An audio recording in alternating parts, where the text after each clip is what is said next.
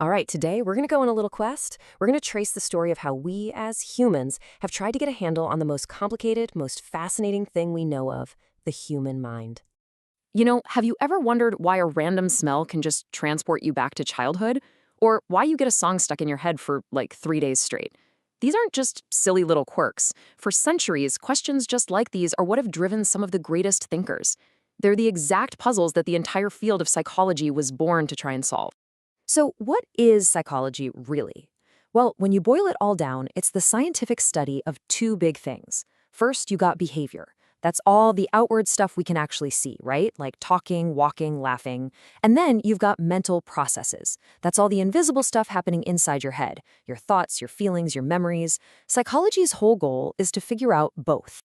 So, where did this whole scientific adventure get its start? Well, like any good story, it kicked off with a huge disagreement.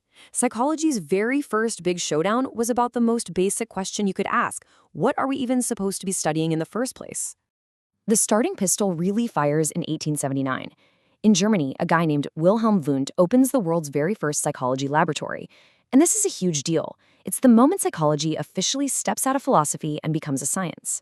Wundt's big idea was that our mind, everything we think and feel, could be broken down into its most basic parts, kind of like a chemist breaking down a chemical compound. And his method for doing this? He called it objective introspection, which is a fancy way of saying he trained people to be really careful, detailed reporters of their own thoughts. And right away, this one idea creates a massive split in the field. So on one side, you've got Edward Titchener, who was Wundt's student. He brings us a theory called structuralism. Think of him like an architect, trying to map out a detailed blueprint of the mind's basic parts. He was all about the what. But on the other side, you've got William James and functionalism. He was more like an adventurer. He asked why. He didn't really care about the individual bricks. He wanted to know the purpose of the whole building. How does our mind help us survive and get by in the real world? And we absolutely have to talk about the incredible pioneers who were shaping this field, often against huge odds. Margaret F. Washburn, for instance, became the first woman to officially earn her PhD in psychology. And then there's Mary Whiton Calkins. She did all the work for a PhD at Harvard, but the university refused to give her the degree, simply because she was a woman. But that didn't stop her. She went on to do incredible research and eventually became the first female president of the American Psychological Association. Just amazing. But this whole debate between the what and the why, the structure and the function, it turns out that was just the warm-up act. The entire field was about to get completely turned on its head by three totally new and pretty radical ways of thinking. Okay, first up, Gestalt psychology. Just take a look at this image. You don't see a collection of random dots, do you? No way. Your brain automatically organizes them into a circle. And this is the perfect way to understand the core idea of Gestalt. Our minds are hardwired to look for patterns, for holes. The whole experience is way more than just the sum of its little parts. And then, along comes Sigmund Freud, and he just flips the whole table over. Freud's big argument was that the stuff we're aware of, our conscious mind, is just the tip of the iceberg. He said there's this massive, hidden part of our mind, the unconscious, where we shove down all our deep, dark urges and secret desires. And for Freud, that's where the real action is. These hidden conflicts are what truly drive our behavior. Now, Freud's ideas were a total game changer, but not everyone was buying it.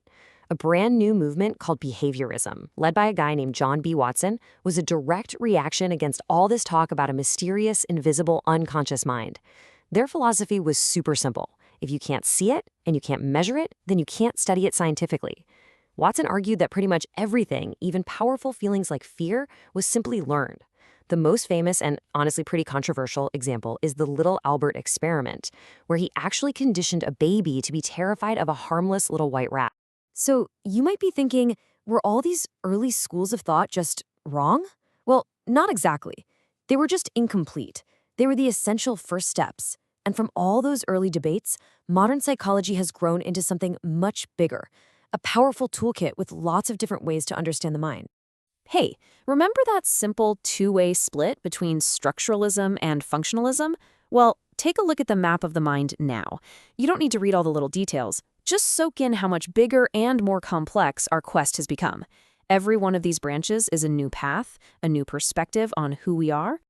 See, today, psychologists don't usually just pick one team and stick with it. Instead, they draw from 7 major perspectives. You can think of each one as a different lens that lets them look at human behavior from a unique angle. For example, you've got the biopsychological perspective. This lens connects our mind directly to our physical body. It looks at how things like our genes, our hormones, and our brain chemistry literally shape how we think and act. A perfect example is studying how the physical loss of brain cells in Alzheimer's disease causes those heartbreaking changes in someone's memory and personality. And then you can switch lenses to the socio-cultural perspective, which zooms way out. It's a powerful reminder that we don't exist in a vacuum. This view looks at how our families, our friends, and our culture as a whole shape our behavior. It helps explain why different cultures have different norms for everything, from making eye contact to expressing grief. Okay, so we've covered a ton of ground here, right? We've gone from Wundt's very first lab all the way to today's complex, multifaceted approaches. So what's the big point? Why should any of this history matter to you today? Here's the single most important takeaway. These perspectives aren't fighting each other to be the one right answer. It's not about that anymore. Think of it like a toolkit.